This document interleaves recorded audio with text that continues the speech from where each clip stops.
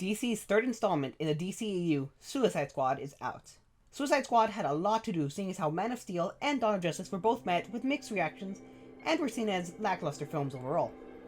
There were a lot of issues behind the scenes, with there being reshoots, supposedly to add more humor after the complaints that Dawn of Justice was too serious, multiple different teams of editors working to try and edit the film, and director David Ayer having only 6 weeks to write the script for Suicide Squad, and then having to start production immediately afterwards in order to get the film out when announced and not have to push it back. Despite all of these issues, was the film we received still enjoyable? Let's go ahead and find that out. There will be some spoilers in this review, so I recommend you first see the film yourself, then watch the review afterwards. With that out of the way, let's go ahead and see what this film has to offer us. First, let's talk about the characters. The Suicide Squad in this film is comprised of Deadshot, Harley Quinn, El Diablo, Captain Boomerang, Killer Croc, Enchantress, and Slipknot.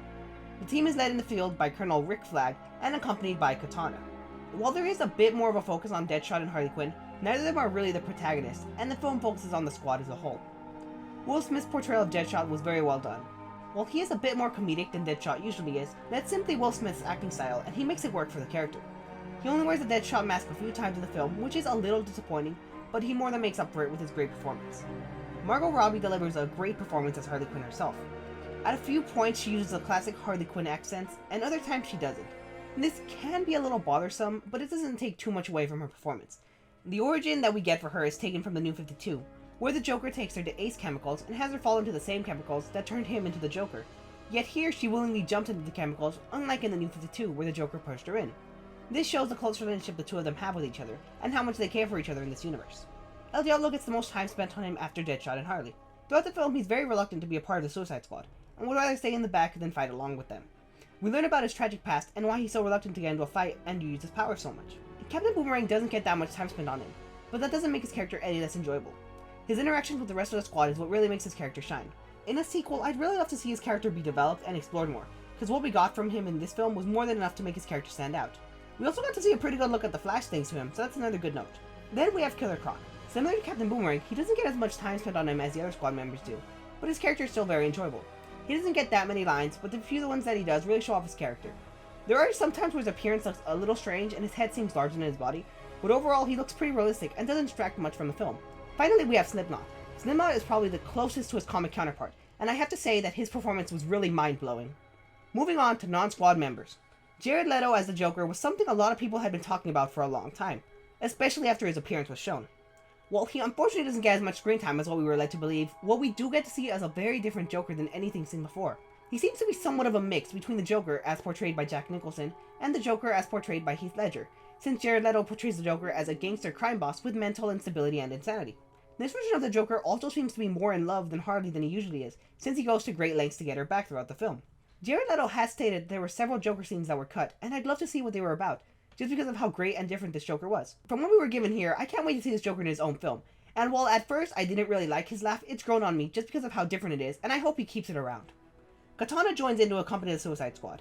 We don't really get much of a backstory for her, but we do learn enough about her character to enjoy her. She speaks Japanese for most of the film, and it isn't made clear if the others can understand what she's saying or not. She does get a few lines in English though, and the fact that she primarily speaks Japanese is a nice touch to her character. Her outfit is a nice blend between her classic and modern appearance, and it looks really good. It's a little strange that nobody questions the fact that her sword can trap souls. It's something that should probably raise a few questions, but it's treated as something completely normal. Amanda Waller is the one in charge of forming the Suicide Squad. She shows that she's a commanding force and can manipulate the situation to go the way she wants them to. Her appearance was very nice, since it's a good middle ground between the old style portraying Amanda Waller as fat, and the modern Amanda Waller who is skinny. It's also hinted during a mid-credit scene that she knows Bruce Wayne is Batman.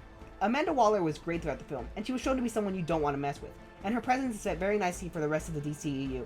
The villain in this film was, unfortunately, a very weak point. Their main goal, as well as their means of achieving it, are very generic and overdone. It's not even made clear what their plan is other than attacking humanity, and it also isn't made clear why they want to do that. Villains in superhero films are rarely ever the strongest point, so the fact that the villain is weak here isn't that much of a letdown and doesn't take away that much from the film. The Suicide Squad themselves more than make up for the weak villain in the film.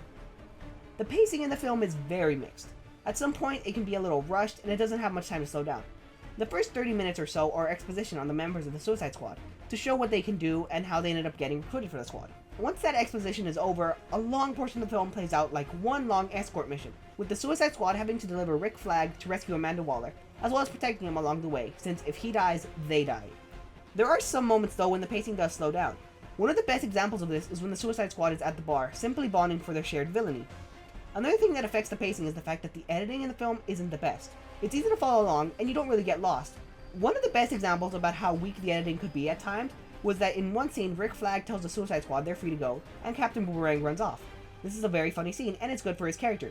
Yet, in the next scene, he's shown walking right alongside them, with no explanation as to what he's doing there or why he decided to go back. The bad editing was a result of the fact that they had different people working on the editing for the movie. The movie is easy to follow along though, and despite the pacing and the awkward editing, it doesn't damage the film that much, and it's still enjoyable to watch. The soundtrack and score in the film are very well made. Some of the song choices didn't exactly fit in with the scene that it was in, but overall both the soundtrack and score are very well done. The music is enjoyable throughout the film, and it helps make the film entertaining.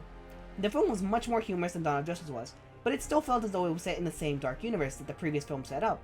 The humor was mostly a direct result of the characters, and not the situations or the circumstances. Did a good job of balancing dark humor of the characters, and making sure it could still fit into the universe that was established before being serious. One last thing I have to note about the film is that the promotion was very well done. Throughout all of the trailers and the clips that were released, the main plot of the film was never really spoiled. There was no clear indication of who the main villain was, or what the Suicide Squad were even recruited to do in the first place. This is very nice, because a lot of films spoil their plot in the trailers these days, or they give away too much. The promotional team was able to get people excited and not give away too much, so I really have to give them points for that. Overall, I have to say that I thought Suicide Squad was cheeky. And I know that seems like way too high of a score, especially with how mixed the fan and critical reaction to it has been, but I honestly loved it all the way through. I had been excited for this film for almost 2 years. I had huge expectations, and I thought that they couldn't be met, but I wasn't disappointed in the slightest. Suicide Squad was definitely my favorite film of 2016 so far, and it's probably my second or third favorite film overall.